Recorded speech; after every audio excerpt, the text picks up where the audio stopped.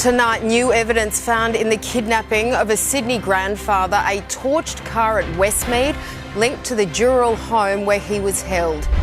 The ban's barely gone and they're back. Protesters return to city streets promising more marches. Kate carries on as the Andrews scandal deepens. His bodyguards now in police sights and his daughter's in crisis talks with the King.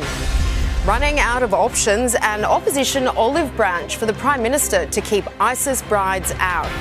A British nuclear submarine arrives in an AUKUS first, but fears China is already watching. And the Knights find their palace in Vegas as the NRL Sin City takeover ramps up. Live from Sydney, this is 7 News with Angela Cox. Good evening. We have new details tonight in the botched kidnapping of an 85-year-old grandfather. Police have revealed they have crucial new evidence after finding a car used in the abduction. We can also show you inside the house where he was held hostage. Crucial evidence burning on the streets of Westmead. It happened 6 days ago, but police have only just revealed now that this is directly linked to the kidnapping of Chris Bagzarian. Smouldering in the back seat of a car, another breakthrough. Carpet rolls ripped from a derelict house where the 85-year-old was held captive. The car was set alight at Westmead about 11:30 on Monday night, a 30-minute drive from the Dural house where Mr Bagzarian was tortured after being abducted from his North Ryde home on Friday the 13th. Detectives wrapping up their search of the vacant property last night, leaving no surface untouched. Some good old-fashioned police work with boots on the ground identified that location. It was a suspicious house. Police have spent the last 3 days here scouring this property. They know Mr Bagzarian was brought here. His DNA was found in the bathroom. But it's where his captors took him next that remains a mystery. Detectives certain the grey Toyota Corolla stolen from Victoria last month was used to transport Mr Bagzarian. Police appealing to the public for anyone who saw the car with these number plates. We're hopeful that we can gain more evidence to identify those responsible and also gain some information as to the location of Mr Bagzarian. Clementine Cuneo, 7 News. Protests through Sydney's streets returned today, only days after restrictions on public demonstrations ended. The laws brought in after the Bondi terror attack saw violence erupt between police and activists who say they're still angry. Through the heart of Sydney, 1,000 people marched for Palestine. Palestine will be free. And against the New South Wales government. Chris means we come back to the street. This is Australia, this is not Israel. So we've had these months of extreme anti-protest laws from Chris Minns. This was the Palestine Action Group's first protest through city streets since restrictions banning marches were lifted this week. Laws put in place after December's horrific terror attack in Bondi targeting Jews. Police shut roads and escorted demonstrators peacefully past Town Hall. A far cry from scenes here 2 weeks ago that saw scuffles and 27 arrested. My daughter was sprayed with pepper spray, which is absolutely disgusting. I think people are still a bit shaken up. We hope to never see those scenes again, and they only happen because of the extreme anti-protest framework. While today's crowds were much smaller than previous protests, people here say they'll be returning regularly to try to have their voices heard, taking on the state government not just on the streets, but also in the courts. Thursday we're in the New South Wales Court of Appeal, where hopefully Chris Minns' latest batch of anti-protest laws will be found unconstitutional. The Premier this week tried cutting down the serial protester. I think the best thing to do with that bloke is to ignore him. But whether he likes it or not, Josh Lees isn't going away. Chris Minns, you can't hide! Andrew Denny, 7 News. Now to the deepening scandals surrounding the former Prince Andrew. Tonight, there are new claims about his royal bodyguards, while the King has reportedly been in crisis talks with Andrew's daughters as the palace puts on a brave face. On the royal family's week from hell, cue their best publicity asset, Princess Kate, a beaming smile even with her uncle-in-law on the cusp of a potential criminal charge. and a bruising loss for England in the rugby. Kate, so far the only royal not heckled with questions about Andrew since his arrest.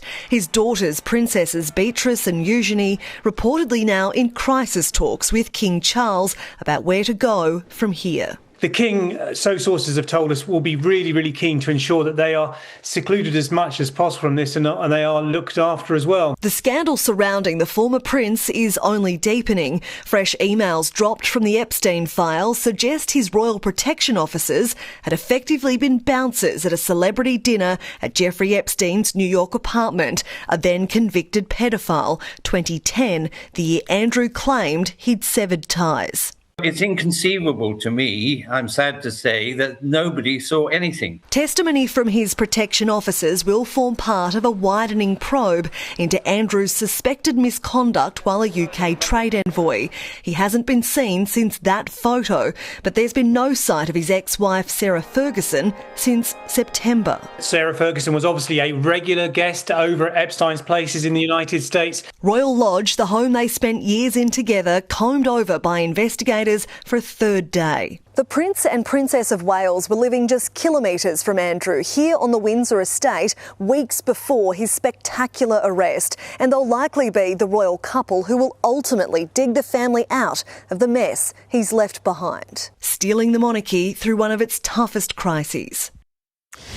Live now to Jacqueline Robson in the UK. Jacqueline, the search at Andrew's rural property will continue.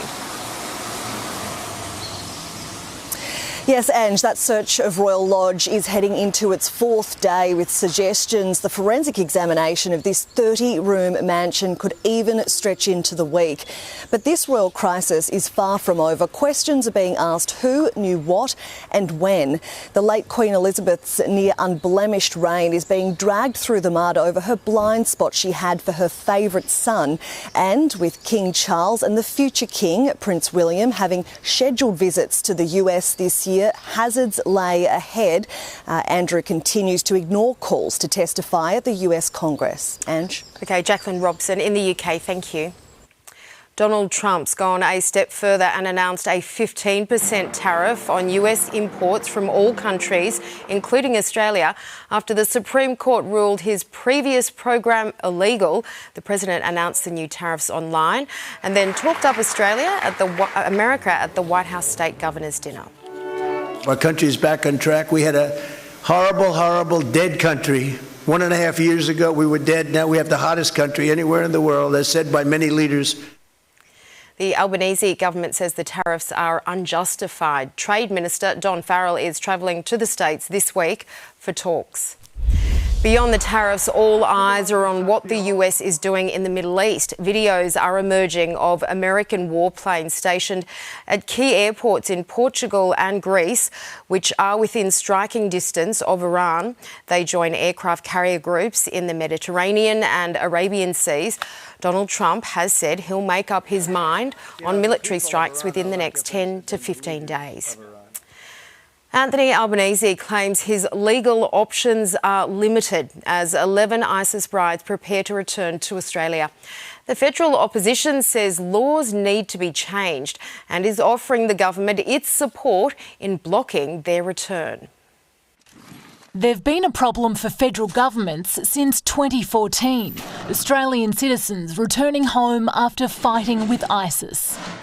Tony Abbott, Malcolm Turnbull, Scott Morrison and now Anthony Albanese all facing the same challenge. What to do with ISIS fighters and their brides when they get here. I don't think it's true that any fighters returned under the Morrison government. It is true. This man was arrested at Melbourne Airport in 2021 and charged with recruiting fighters after returning from Syria. I think the best outcome here would be for these people not to come back to Australia. The government should be pulling every lever to ensure that we don't import that risk back into our country. But the levers are limited legally. People are saying things that they know is not true and is not possible. Under the Australian Passports Act, travel documents can only be denied if security agencies suspect the person might engage in harmful conduct. There's been no advice from ASIO that the Passports Act provisions have been activated. Other than a temporary exclusion order, there isn't a legislative power to be able to stop an Australian citizen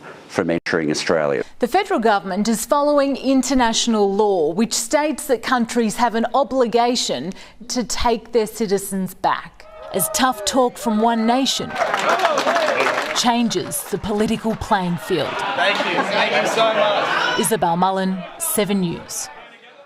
A group of hoons has been recorded taunting police in a McDonald's car park at Fairfield. People on motorbikes circled a patrol car, some making obscene gestures. Police say officers were attending an unrelated matter and didn't pursue the riders. After officers left, a ute was seen driving around the car park with someone hanging onto the side. A British nuclear submarine has arrived in Australia for a month-long visit as part of the AUKUS Pact. But there are fears we are being watched. A Chinese bulk carrier appeared off the coast as the sub docked at a highly sensitive Perth naval base. The British nuclear submarine HMS Anson has just completed an 18-day transit from the UK to Western Australia, all of it underwater. When Anson surfaced off Fremantle this weekend, it would have sailed straight past the Chinese-flagged bulk carrier Yu Feng. The Chinese ship is just a couple of kilometres off the increasingly secretive and sensitive Stirling submarine base. Protective security, both physical, visual and electronic, is incredibly important. The Chinese have become increasingly interested in Australia's military capability, shadowing naval exercises here and abroad. Like the Russians, the Chinese are suspected of equipping civilian vessels for intelligence gathering. You start losing the secrets to the acoustic signature of the boat or the technologies that the boat uses, and that is a very, very significant breach and vulnerability for any nation. AUKUS is the mutual defence pact between Australia, UK and the US.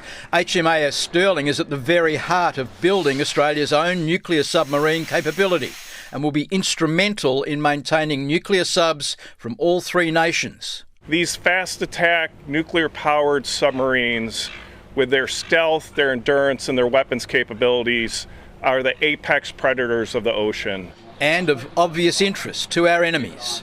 HMS Anson will be tied up at Stirling for a month. There have been questions asked in some quarters as to why the boat is here when it should be in home waters where military tensions are rising. As they are rising in our region too. Jeff Parry, 7 News.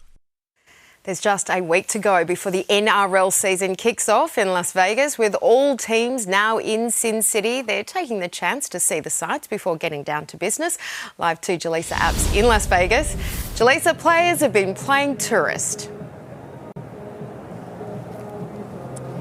Yeah, especially the Knights. They wasted no time getting down to the strip and having a look around. They had a bit of an impromptu photo shoot, Kalen Ponga and Dylan Brown, two of the most expensive men now in the NRL, so they have plenty of cash to splash around here in Vegas. Now, as for the Dragons, they are the last team to arrive a full 2 days after the Bulldogs, their opponents. Valentine Holmes, it was a little bit of a homecoming for him, really. You'll remember that he had a crack at the NFL over here. He hasn't actually been to Vegas before, but he's certainly ready to embrace coming back here. To be here, in one of the most popular cities in the world, to play the game we love and the game that most of Australia supports is, it's going to be exciting. Now, as for the Cowboys, you'll remember that they flew in very late last night. Now, I'm not saying that they embraced everything that Vegas had to offer. All I'm saying is they were not spotted in daylight hours, but maybe they were just looking around, enjoying Vegas and studying for the game. I did hear rumours of a Bucks party, though, so interesting one to keep an eye on there. As for the Bulldogs, they were exploring too, and we'll have all of that coming up in sport. Oh dear, hope they were behaving. Thanks, Jaleesa. One of Sydney's most popular summer events is back. After almost a decade, Tropfest is making its highly anticipated return. Sally Bowery is at Centennial Park for the world's largest short film festival. Sal, it's attracted some big Hollywood names. It has, Ange. I've got Margot Robbie just over my shoulder here. She's going to join thousands of Sydney families who have gathered on the lawns here at Centennial Park on their picnic rugs to watch potentially our future filmmakers. Now, there is a very celebrated jury here tonight, and Margot is the president of it. I spoke to her a little earlier about what it means to be back home and picking our future filmmakers. Celebrating Aussie film and our potential new future filmmakers. I know, it's amazing, and I know filmmakers. So many filmmakers have, used Tropfest as a launch pad, and it's people meet here, people see each other's work, people connect later. It really is an amazing thing. It's not just one entertaining night, but the ripple effect of tonight can be pretty incredible. What does it mean, do you think, for the next generation to have these kind of festivals that support them? Oh, it means so much. I mean, yeah, just supporting local talent, and also maybe you sometimes need the kind of hibernation moments to really come back stronger. Like a 7-year hiatus is a long time, but it's also a time to regroup, refresh, work out what was working, what wasn't, where we want to go from here, and I think it's a time to come back stronger than ever.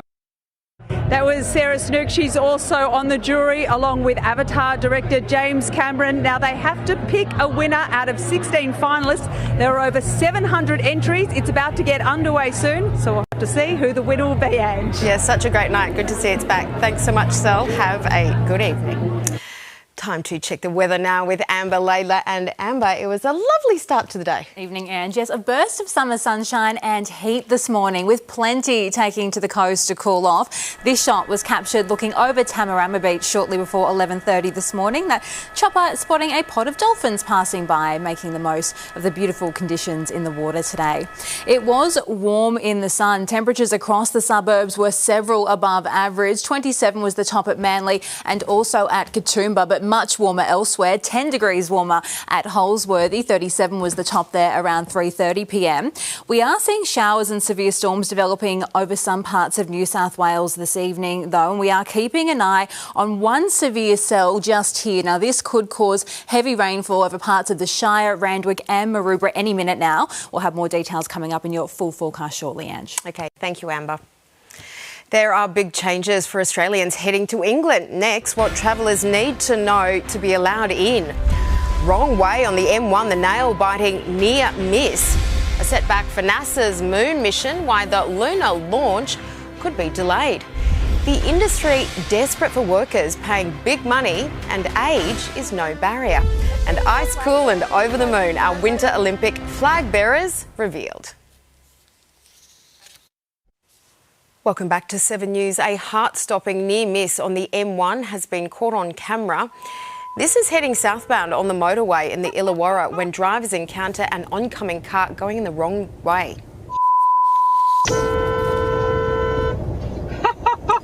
Police are aware of the video. There were no accidents reported. Major changes for Australians heading to the UK are nearly here. From this week, travellers will need authorisation to visit or risk being stopped at the airport. And different rules for dual citizens is causing mass confusion.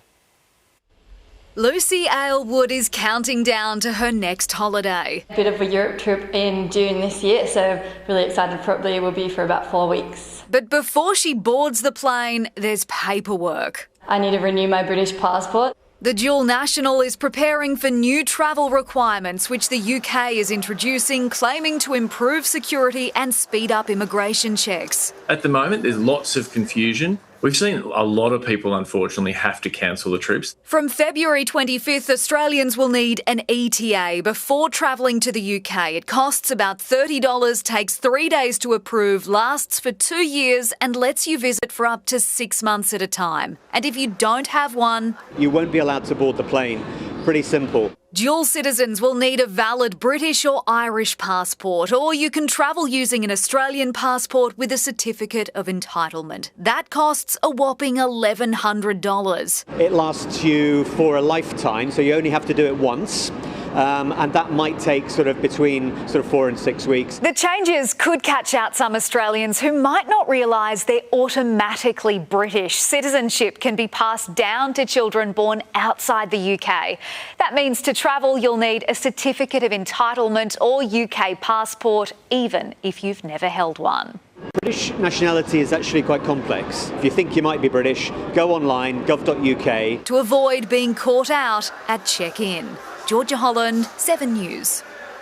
NASA's mission to the moon has suffered a setback. The rocket may need to be rolled off the launch pad for technical repairs. An interruption in helium flow was detected, despite the system performing as expected in tests. The fault in space could be catastrophic. The March 7 launch date is now up in the air. The next available window is late April. Winter Olympics gold medalist Cooper Woods and silver medalist Danielle Scott have been selected as the flag bearers for the closing ceremony in Italy. The area and mogul skiers are over the moon with the decision. To be waving a flag at the Winter Olympics, it's like that's every medal and everything and more. We felt that love and support all along is huge. So I'm just pumped. This is going to be so fun. Good on them. It's Australia's most successful Winter Games. We won 6 medals, 3 of them gold. Stay with us. Ahead, Sydney's most radioactive hotspots, the suburbs you never would have expected, the growing health threat to young Australians and the story that could save lives. Inside the mind of a killer, Gerard Baden-Clay's psychology report revealed.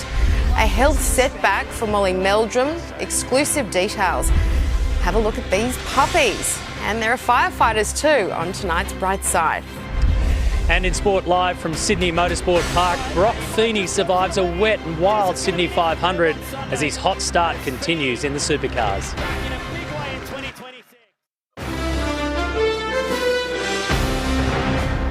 Surprising new research has revealed Sydney's most radioactive suburb. The highest readings have been detected around Glebe in the inner west. Centennial Park has the lowest. Experts say there is no danger. Even the hottest hotspot is within safety limits. It's higher at Glebe because of the type of rock.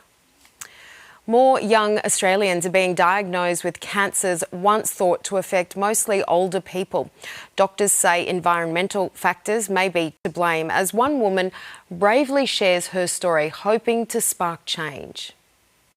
This is what chemotherapy looks like, one of the most powerful treatments to kill cancer, being given here to a 35-year-old woman. Jessica, are you scared right now?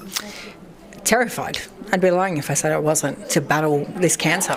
A rare form of ovarian cancer, but the process to get to this treatment was painful. I approached a few doctors who told me that I was too young for cancer, that it was something that was generally considered more in older people.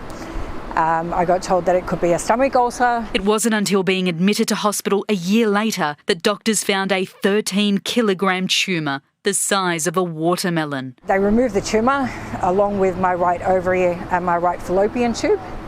Now, from that, they obviously did testing which determined that I have an exceptionally rare cancer. She's sharing her story, hoping other young Australians, particularly women, will speak up. Hear us, really hear what we're saying and, push for further testing, because that could be the difference between being diagnosed in stage 1 or stage 3 and 4. Jessica's story is becoming more common. Cancer rates are increasing in young Australians. Ovarian cancer is up 30%, breast cancer 50%, and bowel cancer 71%. Increases also in prostate, pancreatic and liver cancer. We think that there's a big impact from environmental factors, be it what people are eating, people smoking, what people are drinking, the amount of exercise they're doing. More research is needed. For now, Jessica knows what she has to do. Ovarian cancer picked a fight with the wrong woman. A fight she says she won't lose. Jennifer Beshwati, 7 News.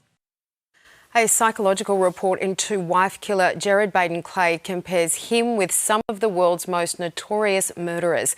The findings are revealed in Seven's new podcast, Kiss and Kill, and outlines how a relationship with a narcissist can turn deadly. He presented as a charming real estate agent, a doting father and husband to Alison.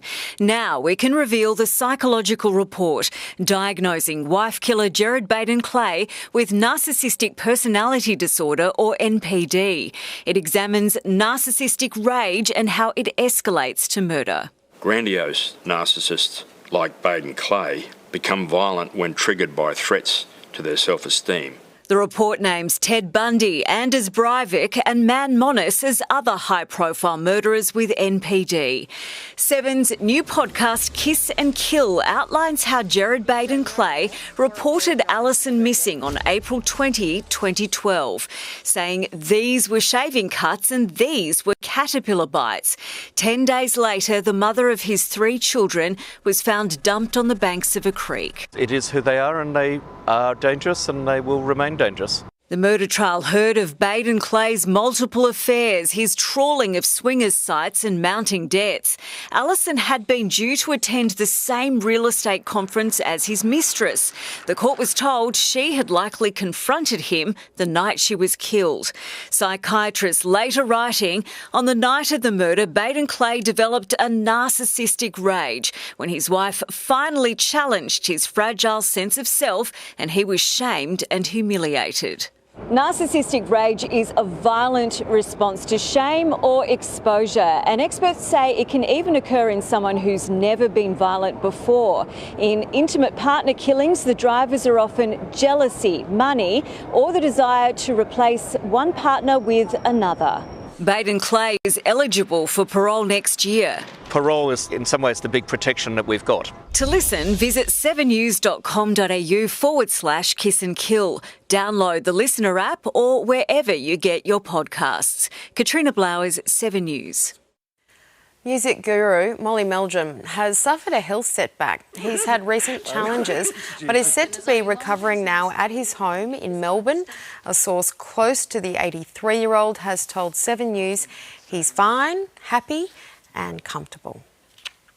Sydney's vintage trams have made a comeback. Next, all aboard the mighty machines of times gone by. A new tool for parents to keep on top of their kids' vaccines. A heart-warming update on the abandoned baby monkey that's stolen hearts around the world. And in sport, we are here at Sydney Motorsport Park, but new colours, old tricks in rugby league for David Fafita and Jamal Fogarty in the trials.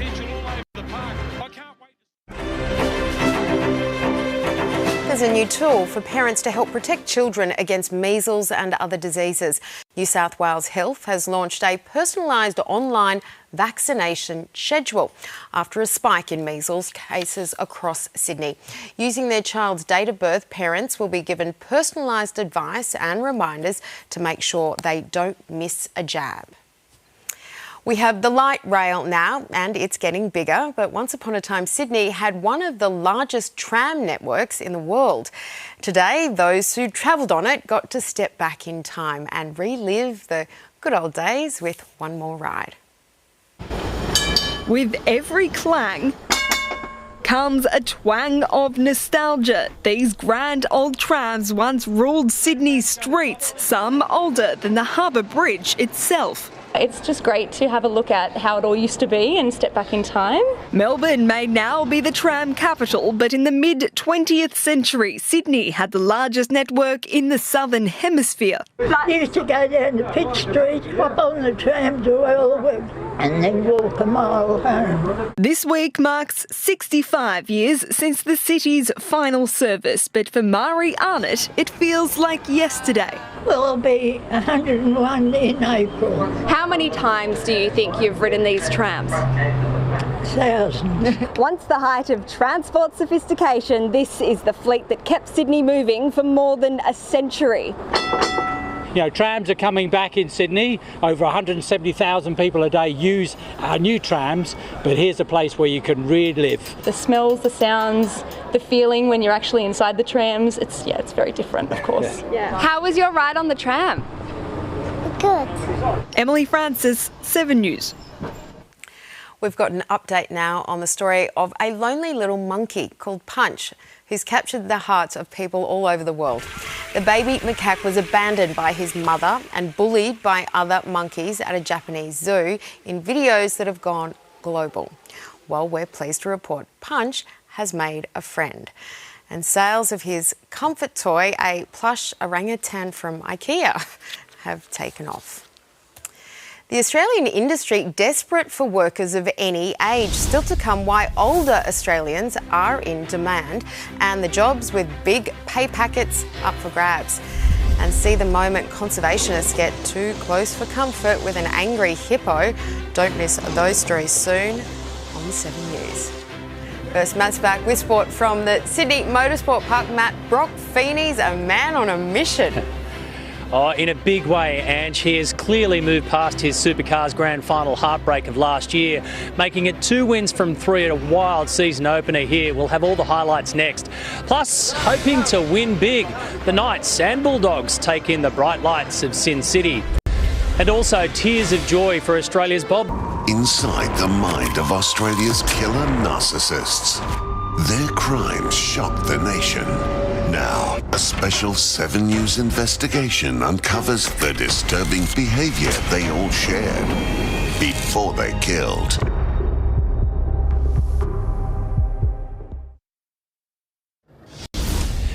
Welcome back to Sydney Motorsport Park. All the action from the Supercars Sydney 500 coming up soon, and a chat with Brock Feeney. But first, to rugby league, and the Dragons are confident they've solved their halves issues when Daniel Atkinson and Kyle Flanagan take the field against the Cowboys next Sunday. The Red V were the last team to arrive in Las Vegas today, the others already spending plenty of time as tourists. One of the world's most famous casinos, the perfect photo spot for the night's big money men, hoping to hit the jackpot in Las Vegas. Kalen Ponga, Dylan Brown and teammates played tourists in their first days on the Vegas Strip. Next week's Cowboys clash, far from mind for now. Same for the Bulldogs, another night on the town. First stop, the monumental Vegas Sphere, to watch one of the world's greatest ever bands, the Eagles. The Dragons yet to go full tourist mode, the last team to arrive in Vegas. Had it kind of marked on the calendar that I wanted to get back healthy and fit for it, and to play at obviously a stadium like that, the Allegiant Stadium, is going to be pretty fun. A full circle moment for Valentine Holmes, back in the US 7 years after ending his NFL stint with the New York Jets. Got a bit of a taste for it, but this next weekend will be pretty fun. To be here, in one of the most popular cities in the world, to play the game we love, and the game that most of Australia supports is, it's going to be exciting. The Vegas veterans full of advice for the first timers. Just enjoy the week. Such a sensational experience to be here. So I think just taking it all on board. Obviously the town's got a lot to offer, but we've got to remember we're here for business as well. I think Guppo's been here for not for footy purposes, other things. Next Sunday's clash is the first proper test for new halves combination Daniel Atkinson and Kyle Flanagan. The Dragons hoping they can finally fix the problem area. I see them having a really good combination. Kyle's very calm. Acco really wants to take the game on, so I reckon in the future they could be a very sensational pairing. First, time to embrace the fun of Sin City. Flano laid down the law for tonight? Yeah, definitely, but he's leading from the front too. In Las Vegas, Jaleesa Raps, 7 News. And Panthers star Nathan Cleary will fight his 2-game suspension for a high tackle at the NRL judiciary tomorrow night. In Mudgee today, David Fafita impressed in his first run out for the Rabbitohs against the Seagulls. The former Titan was at his barnstorming best as a revamped Bunnies attack blew away the Seagulls 30-6. Yeah, look, that's going to continually grow. I've got that many strike weapons over there, so I'm going to have a ball this year. Wayne Bennett almost cracked a smile. Latrell Mitchell scored before lapping up the local fans. New Manly halfback Jamal Fogarty was kept quiet in his first game. Last night, Lightning delayed Daly Cherry Evans' first hit out as a rooster against the Eels in Gosford. Sam Walker flourished alongside his new halves partner as the Chooks led 22-12 at half-time. We're a little bit touch and go there for the first probably 20, but I feel like now we've got our flow going, very comfortable with each other, and mate, he's been awesome.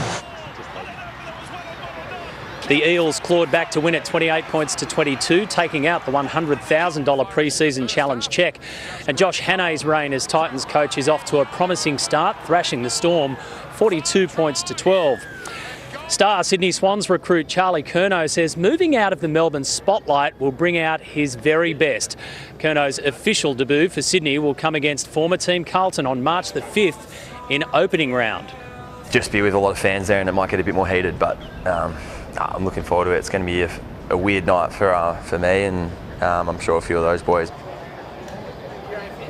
With a bulging injury list, the Giants youngsters are sensing an opportunity to make a mark in the senior team. Time for those boys who haven't quite cracked the squad, but, opportunities have opened up. The Giants hosted over 200 Western Sydney juniors at a youth gala day today. The Sophie Molyneux era is off to a rough start for Australia's women's cricketers, chasing 177 in the third and final T20 match against India in Adelaide. The Aussies struggled from the get-go. In her 350th international, Elise Perry was bowled for just one, as the hosts fell 17 runs short, losing the T20 part of this multi-format series 2-1. Alyssa Healy returns for the rest of the series before retiring. For Australia, and we're going to do everything possible to send her off on the right note. The one-dayers start in Brisbane on Tuesday. Bobsled Bree Walker and Chiara Rodriguez clinched Australia's best ever two-woman bobsleigh finish at the Winter Olympics, coming 10th in Cortina. Our goal was to make top 10 and we She's already done it! You did it! You have made history for Australia. Yeah, no, it's really special. And Brock Feeney was left absolutely spent, battling scorching heat to make it 2 wins from 3 at the season-opening Sydney 500 here in the Supercars. The wheels literally fell off of James Golding's race at the midway point. Feeney led from pole, but a sudden downpour threatened his position. Oh, we got contact in the background, and there goes Di Pasquale, and he's taken Brown. No, it's Feeney, and it is Brown with him. And he's superb on Sunday. Brock then held off a Kai Allen challenge, who finished in the pits, Kai, and Brock goes on to win, almost falling out of the car. In fact, I do think you did fall out of the car, Brock. Last night, Anton Di Pasquale won his first race in almost 3 years, while reigning champ Chaz Mostert was disqualified for a technical breach. Brock Feeney joins me. Now, listen, first thing I've got to say is apologies for making you walk up 3 sets of stairs to come up here. I've never seen you so exhausted after a race. You had cool suit dramas. It was a tough one. Yeah, it was. I feel brand new now. Like, I could go again, I reckon. But it was really tough. As you know, it was so hot here and humid. And then the cool suit that we run on our body normally runs at, 15 degrees or something like that. It was actually heating me up. So it wasn't the best, but stoked to walk away with another win. 2 out of 3 for our first weekend back with Ford was fantastic. You started on Friday night with the victory. You finished 6th in race 2 and then 1st today. So almost a perfect way for you to start and blow away all that chat. You're sick of people talking about 2025, Brock, and there's one way to do that in 26 is start winning again. Yeah, exactly. The goal this weekend was just to put all that to bed and go out and show, what we're capable of, even with the switcher manufacturers. So great weekend, 2 out of 3 wins. Last night, we had a 15-second penalty due to the pits. Otherwise, it would have been another great race. So stoked to be back with Ford. As I said, it was a very hard one today, but to leave here with the championship lead's fantastic. All right, you're fighting fit again. We've got the whole place to ourselves. You want to go again? Yeah, I'm happy to go again. It's a bit cooler now. I'm good to go. Good on you. Well done. Thanks, mate. Ange, back to you. Careful what you wish for, Maddie. Thank you. Now, if you are over 50 and looking for a job, one of Australia's largest sectors wants to hear from you. The building and construction industry is crying out for hundreds of thousands of new apprentices, and age is no barrier. At 45, Kieran Van Bleinberg feels right at home on a construction site. But it wasn't always that way. A year ago, the former IT specialist was working in an office building, worried his use-by date was fast approaching. I felt like AI was going to be able to do it quicker, simpler, cheaper. It was just that looming threat. But there are no such worries here. There's more work you can poke a stick at. And if we think there's a critical need now, we ain't seen nothing yet. The Master Builders Association warns Australia will soon be 300,000 construction workers short and believes mature age trainees can help fill the gap. If you've got the right attitude and the right skills, you're going to be in very high demand. Plus, there's money to be made. After completing his training, Kieran could start earning almost 6 figures as a qualified carpenter. And the opportunities don't end there, with a raft of apprenticeships available right away. You're never too old to get started. Advocates for older workers hope other industries will follow by example. Currently, 1 in 3 recruiters won't even consider employing someone over 55, forcing many to retire earlier than they intended or can even afford. In fact, the research shows that it's intergenerational workforces that often deliver the best productivity. We've got about 50 mature age apprentices on the books right now. We'd love to have a lot more. And they can stay on the tools for as long as they choose. I don't feel very mature. I still have a good time.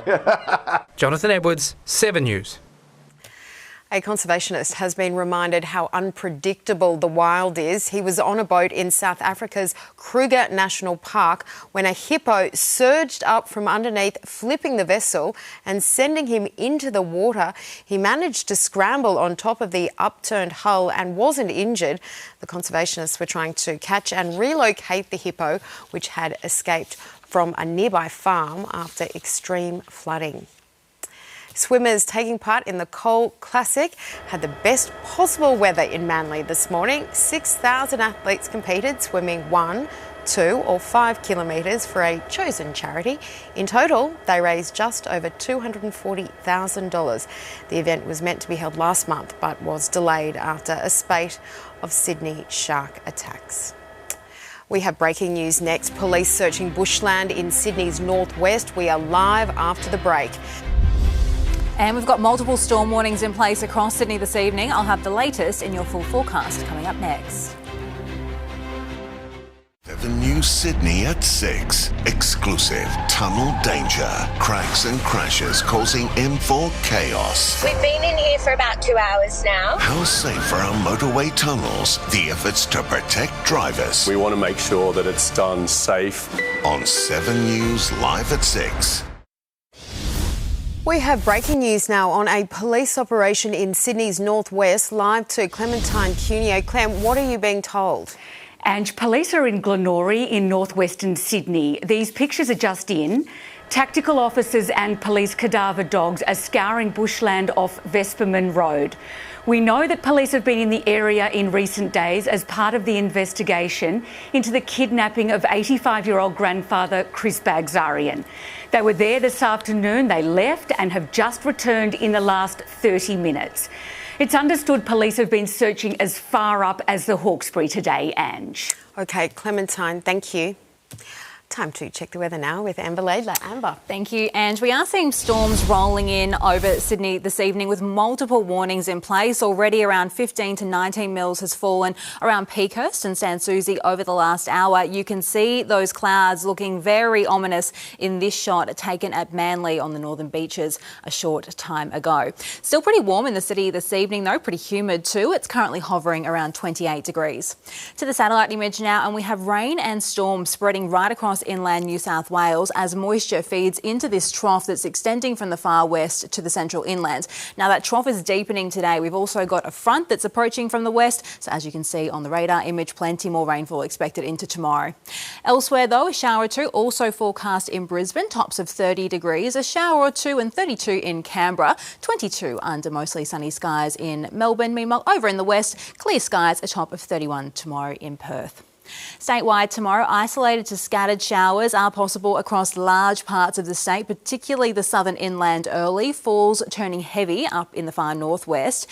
Daytime temperatures tending above average for the northern half of the coast and the central inland, tending below average elsewhere though. If we zoom in now on Sydney and the central coast, cloudy skies are forecast to start the working week. There's just a slight chance of a light sprinkle. We could also see a storm develop during the afternoon in some suburbs. Still looking pretty warm under the clouds tomorrow, but definitely a bit cooler than today, tops hovering in the high 20s into the low 30s. Despite the cloud cover tomorrow though, the UV index is still extreme, and between these times tomorrow, make sure you are protecting yourself against the sun. That's tomorrow and of course throughout the summer. On coastal waters tomorrow, northerlies will reach up to 25 knots offshore early, shifting south to southeasterly during the early afternoon. But back in the city tomorrow, a cloudy 30 degrees is the forecast top. Cloudy skies, just a slight chance of a shower, potentially that afternoon storm. We will see the heat persist on Tuesday and the sunshine will start to return. Mostly sunny skies are forecast early on Wednesday before the next round of showers and summer storms roll through in the afternoon, looking much cooler from Thursday onwards before a very wet end to the week. But those storms are certainly rolling in tonight, Ange. OK, thank you, Amber. Now here's Amy Clements with The Bright Side. They faced blazes and battled smoke, but this is their cutest challenge yet.